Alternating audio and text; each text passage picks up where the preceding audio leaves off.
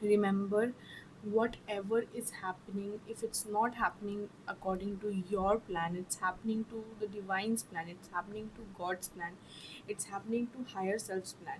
You need to always have that faith in yourself and God, that if it's not happening to you, it's happening according to the creator who created you.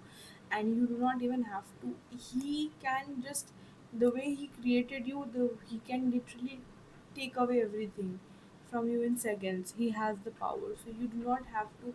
And what you want, he might give you, but you will not feel that peace within it, because he knows what exactly your heart, your soul craves for.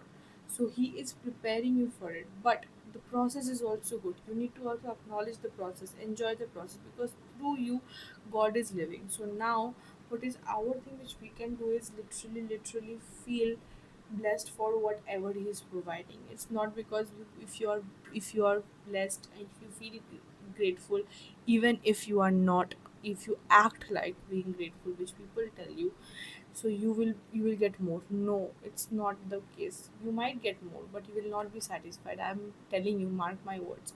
So the best thing which you can do right now is basically just exist. Whatever is in your control, do that. God has provided you, be grateful for those things. And when you be, you will definitely feel like first two things, so you will feel like this, but then just be grateful for the smallest things which you have. You will feel better. Mark my words, you will feel better. And you cannot do it just by acting it. Start doing it. First two, three is the way we start praying. We might feel very alien.